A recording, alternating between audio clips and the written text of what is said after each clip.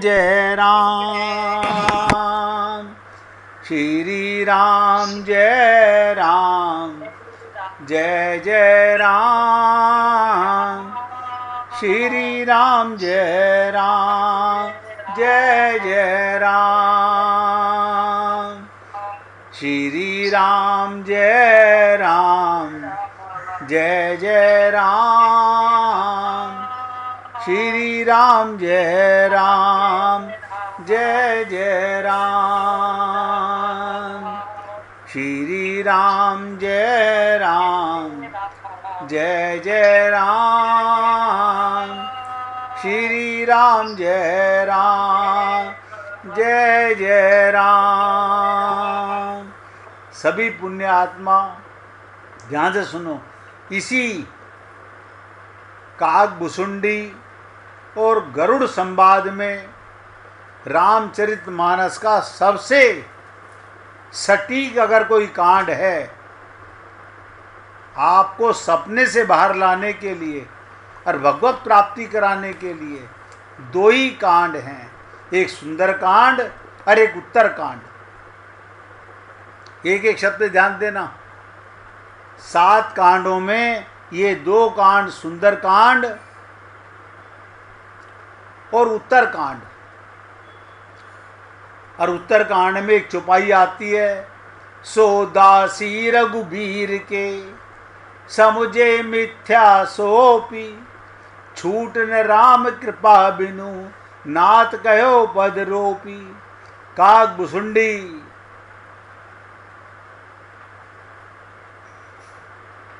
गरुड़ कहते हैं ये माया श्री रघुबीर की दासी है। देखो, एक माया जो रात को आप बनाते हो, सुबह उठ के अपनी माया को कहते हो झूठी, लेकिन ये भगवान की माया है। और रामचरितमानस में आया, सो दासी रघुबीर के समुझे मिथ्या सोपी छूट न राम कृपा बिनु। ये भगवान की कृपा के बिना नहीं छूटेगी। अब राम किस पे कृपा करें? जो गुरु और प्रभु की शरण में जाए। अब आप और हम लोग मंदिर जाके समझते हैं हम शरण में आ गए, भ्रम में है, धोखे में है। काकभुसुंडी जी कह रहे हैं ये माया भगवान की दासी है। यद्यपि समझ लेने पर ये माया मिथ्या है, समझने पर। अभी तो आप और लोगों को मिथ्या नजर नहीं आती, झूठी नजर नहीं आती, जाग के नजर आती है। आप बता दो, कोई भी अगर कह दे कि मुझे रात को सपने में मालूम पड़ गया था, झूठा है। सपने की पत्नी सच्ची, सपने का पति सच्चा, सपने का परिवार सच्चा, सपने का मकान दुकान सब सच्ची। ऐसे ही दिन के अंदर ये भगवान का लादा हुआ सपना है, ये भी सपना सही नजर आता है। वो आप जागे तो खुद कहा झूठा। किसी रोज आत्मज्ञान हो गया, आत्म जागृति हो गई। शरीर से तो हम रोज जागते हैं। और काकभुसुंडी जी ने क्या कहा, श्री राम की कृपा के बिना इस माया से नहीं बचा जा सकता। ये प्रतिज्ञा करके कहता हूं, आप सोचिएगा।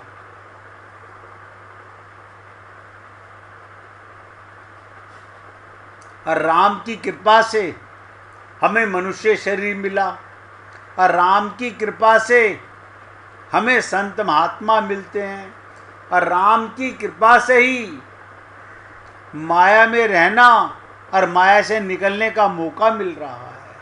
अब ये आपके ऊपर है कि हमारे ऊपर ममता मोह आसक्ति ज़्यादा हावी है या भगवान का प्रेम ज़्यादा हावी है। आप जागे हुए ज़्यादा हो। बहुत ध्यान से सुनिएगा। शराब का नशा, भांग का नशा, चरस अफीम गांजे का नशा 2, 4, 6 घंटे में उतर जाता है। लेकिन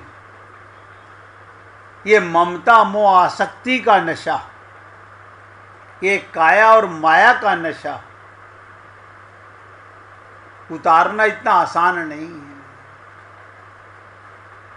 मैं तो केवल निवेदन कर रहा हूं, प्रयत्न कीजिए। तो गुरु और संतों की सेवा में राक्षसों को मिटाने के लिए जा रहे हैं। आप और हम लोग भी मंदिर में जाओ, गुरु के पास जाओ। हालांकि ये भी अंतर बता देता हूं, गुरु के पास जाओगे तो ज़्यादा जागृति होगी। मंदिर में जाके, क्योंकि भगवान बोलते नहीं हैं, मन में संसार चलता रहता है। वहाँ पर भी हम क्या करने जाते हैं, मुझसे भी ज़्यादा आप सब लोग जानते होंगे कि 99% लोग मंदिर में किस लिए जाते हैं। भगवान बोलते ही नहीं, क्योंकि भगवान को पता है जिस दिन मैं बोलूँगा सब मंदिरों पे ताला लग जाएगा, कोई नहीं आने वाला। तो एक बार भगवान से किसी ने पूछा, बोलते क्यों नहीं? बोले इन बेचारे पंडितों का पेट भर रहा है, इससे भी लोगों का काम चल रहा है। फूल बेचने वाला फूल बेच रहा है, प्रसाद बेचने वाला प्रसाद बेच रहा है, और ये आने वाले इस भ्रम में आ रहे हैं। लेकिन हो सकता है किसी रोज इन्हें जागृति हो जाए, ये आत्मा से चले आए।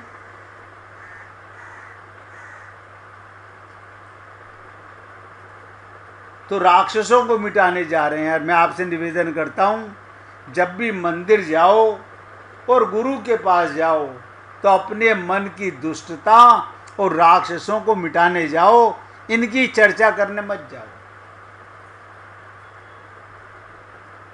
और चलते कैसे हैं? हर्षित चले। बताओ, राम मस्ती में चल रहे हैं, खुश होकर चल रहे हैं। कारण क्या है? वो मर्यादा पुरुषोत्तम जागे हुए हैं, उनकी माँ में ममता नहीं है, उनकी पिता में ममता नहीं है। आप और हम लोग सोए हुए ममता में। भगवान राम के चरित्र में हर्ष दिखाई देता है, और ये वृत्ति प्रत्येक व्यक्ति के जीवन में दिखाई देती है, परंतु भेद कहाँ पर है? राम के चरित्र में हर्ष की वृत्ति का सदुपयोग है। उनके मन में गुरु और संतों की सेवा करते हुए, समाज की सेवा करते हुए अनुभूति होती है।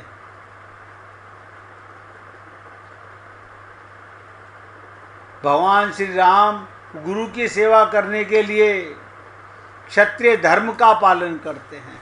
देखिए, खुद मर्यादा पुरुषोत्तम भगवान होते हुए भी युद्ध करने जा रहे हैं और उन्हें हर्ष की अनुभूति हो रही है। ये भगवान राम के चरित्र में हर्ष की वृत्ति है। यही हर्ष की वृत्ति का सदुपयोग है। इस संदर्भ में हम और आगे बढ़ें तो भगवान राम के जीवन में सबसे भी अधिक, ध्यान दीजिएगा, सबसे भी अधिक हर्ष और उसका सुंदर रूप कब दिखाई देता है? जब अयोध्या के राज्य का परित्याग करके जाने लगे। आप सोचो, किसी को राज्य से निकाल दिया जाए, घर से निकाल दिया जाए, वो हर्षित होकर जाएगा। तुलसीदास जी कहते हैं, उस समय सारे अयोध्या में शोक, सब रो रहे हैं, और राम को राज्य मिलते मिलते रहे घोषणा कर दी, और उन्हें अयोध्या छोड़कर जाना पड़ रहा है वन में। जब हमें किसी वस्तु के मिलने की आशा बन जाती है और वो वस्तु मिल जाती है, तब हम बड़े प्रसन्न होते हैं, और नहीं मिलने पर दुख होता है। भगवान राम के चरित्र में हर्ष का सर्वश्रेष्ठ रूप, सबसे बड़ा रूप, वो साधारणता हमारे और आपके जीवन में नहीं हो सकता। आप और हम लोग बार बार सोचें, भगवान राम को दिया गया राजपद जब छीन लिया गया और उन्हें बन जाने की आज्ञा दे दी गई, तो उनके मन पर इसका क्या प्रभाव पड़ा? सामान्य व्यक्ति होता तो हार्ट फेल हो जाता, सदा के लिए घर वालों को छोड़ देता और जीवन में घोर विषाद का क्षण होता। इसे तो कैकेयी के मन में यह आशंका हुई कि जब मैं राम से कहूँगी कि उन्हें बन जाना होगा तो भरत को राज्य मिलेगा, तो ये सुनकर उनके मुख पर मलिनता आ जाएगी, वो रोने लगेंगे, मेरे पैरों में गिर पड़ेंगे और उनके मुख पर दुख क्रोध का भावावेश होगा। वो विद्रोह भी कर सकते हैं, युद्ध भी कर सकते हैं, पर कैकेयी के मन में कहीं न कहीं ये दृढ़ आशा है कि राम के स्वभाव में विद्रोह और संघर्ष का प्रवृत्ति नहीं है। इसलिए जिस समय महाराज दशरथ मूर्छित पड़े हुए थे, ध्यान दीजिएगा, तब सुमंत आकर जब कैकेयी से पूछते हैं महाराज मूर्छित क्यों हैं? जैसे ही वर मांगा कि राम को वनवास, भरत को राज्य,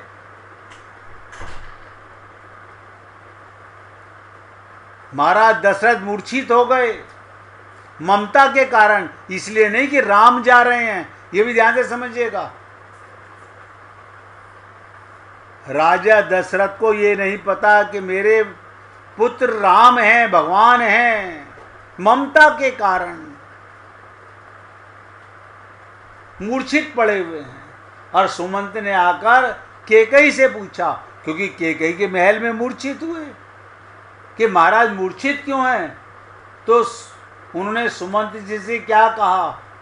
आनहु रामई बेगी बोलाई, समाचार दब पूछ आई। पहले राम को बुला कर लाओ, कहीं मेरी बात टल ना जाए। कैकेयी के मन में देखो, पति मूर्छित पड़ा हुआ है, लेकिन क्या कहती हैं सुमंत से? आनऊ रामई बेगी बुलाई, जाओ जल्दी बुला के लाओ। समाचार तब पूछे ही आई, पहले राम को बुला कर लाओ, तब समाचार पूछना कि दशरथ जी मूर्छित क्यों हुए। कैकेयी को भय था, यदि मैं सुमंत के सामने अपने दोनों वरदानों के बारे में कह दूंगी तो प्रधानमंत्री होने के नाते ये आड़ी तिरछी राजनीति बातें करके मेरी बात को पलटने की चेष्टा कर सकते हैं। कितना पाप था, कितना विनाश काले विपरीत बुद्धि। आप और हम लोग अपनी बुद्धि में झांक कर देखें, अगर आज भी हमारे मन में ममता मोह आ सकती है तो हम विनाश की तरफ जा रहे हैं, कल्याण की तरफ नहीं जा रहे हैं। मैं तो आपसे निवेदन कर रहा हूं, बार बार सोचिए, समझने का प्रयत्न कीजिए कि हम किधर जा रहे हैं। सुबह के दर्शन करते हैं और अभी तुमने भी चलना है, आपने एकदम नहा दिया।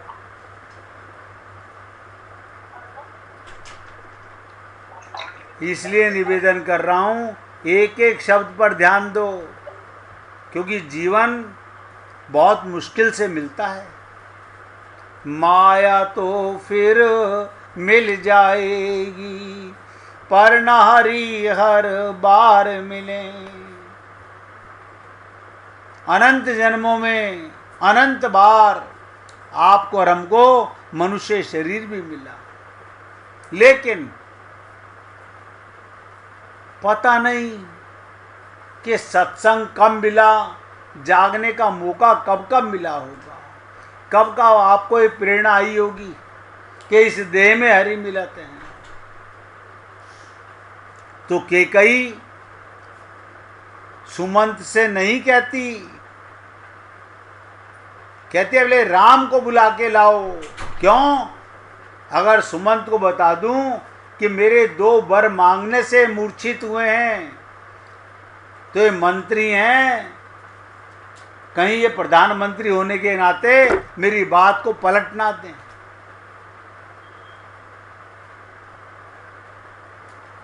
श्री राम के विषय में भी उनके मन में ये धारणा तो थी, इसे सुनकर राम को दुख तो अवश्य होगा, परंतु साथ ही उनके मन में कहीं न कहीं ये विश्वास था कि राम का जो शील स्वभाव है उसकी रक्षा के लिए वो मेरी बात को चुपचाप स्वीकार कर लेंगे।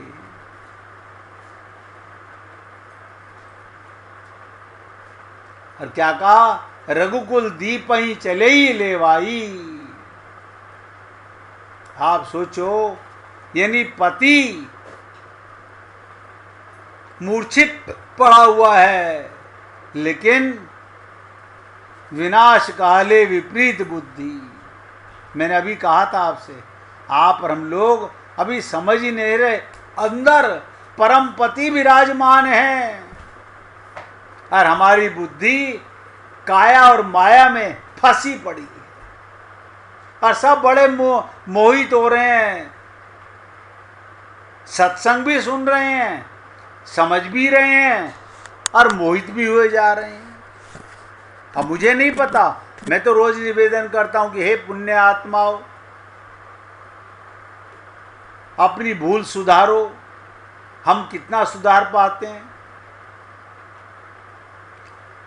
भगवान राघवेंद्र जब चले तो वहां पर तुलसीदास जी ने उनके लिए एक नया नाम लिखा, सुमंत जी रघुकुल के दीपक को लेकर चले, रघुकुल दीप ही चले हु लेवाई। जैसे दीपक में प्रकाश होता है, एक एक शब्द पे ध्यान देना।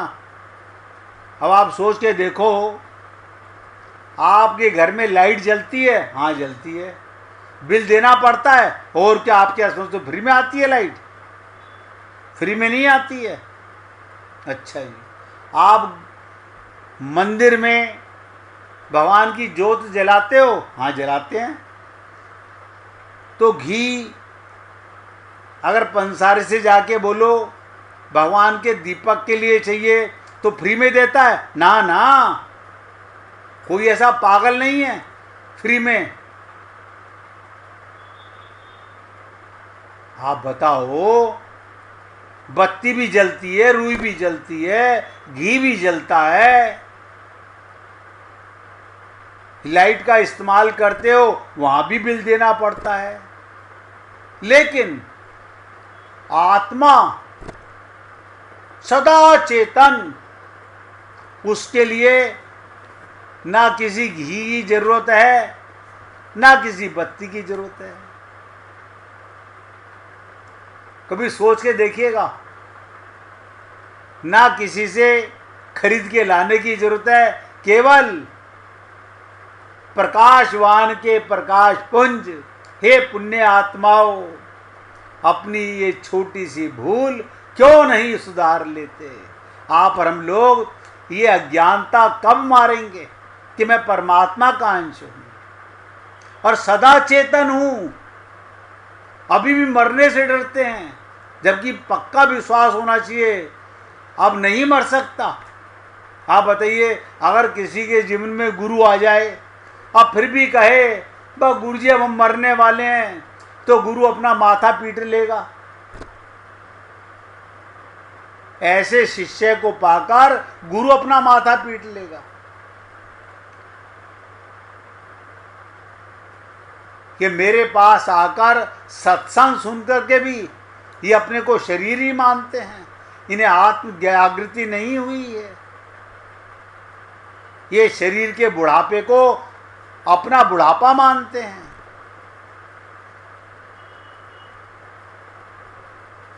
आप सोचो, अज्ञानता की सीमा नहीं है।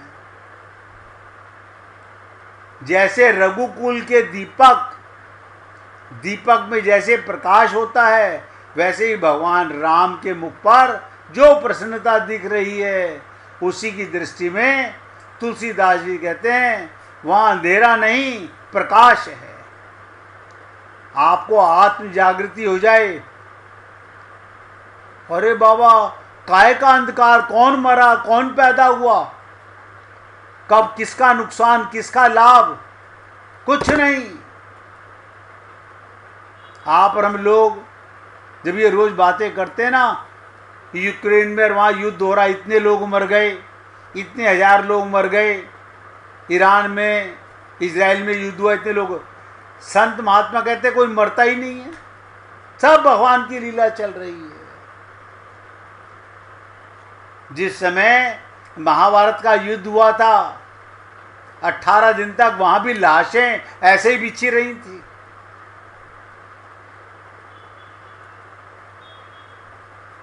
लेकिन आप और हम लोग विवेक नहीं हैं, विवेक शून्य हैं, जानते ही नहीं, कोई मरता मराता नहीं है, ये भगवान की लीलाएं हैं।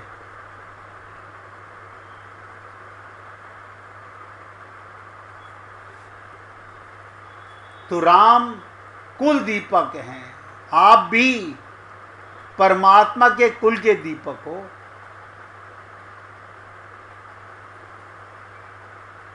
सीधे भगवान राम कैकेयी के पास पहुंचे तो वहां का वातावरण देखकर समझ गए कि लगता है राज्याभिषेक की योजना किसी कारणवश टल गई होगी। तब उनके मुख पर जैसा भाव था, उनके अनुसार उन्हें दीपक कहना उपयुक्त न था। भगवान राम का दूसरा नाम लिया, उन्हें मणि की उपाधि दी। जाए दीख रघुवंश मणि, नरपति निपट कुसाज। आप सोचो, मणि के अंदर कभी प्रकाश खत्म नहीं होता। तुलसीदास जी ने शब्दों का चयन किया कि कहाँ उन्हें कुल दीपक कहा जाए और कहाँ उन्हें मणि कहा जाए।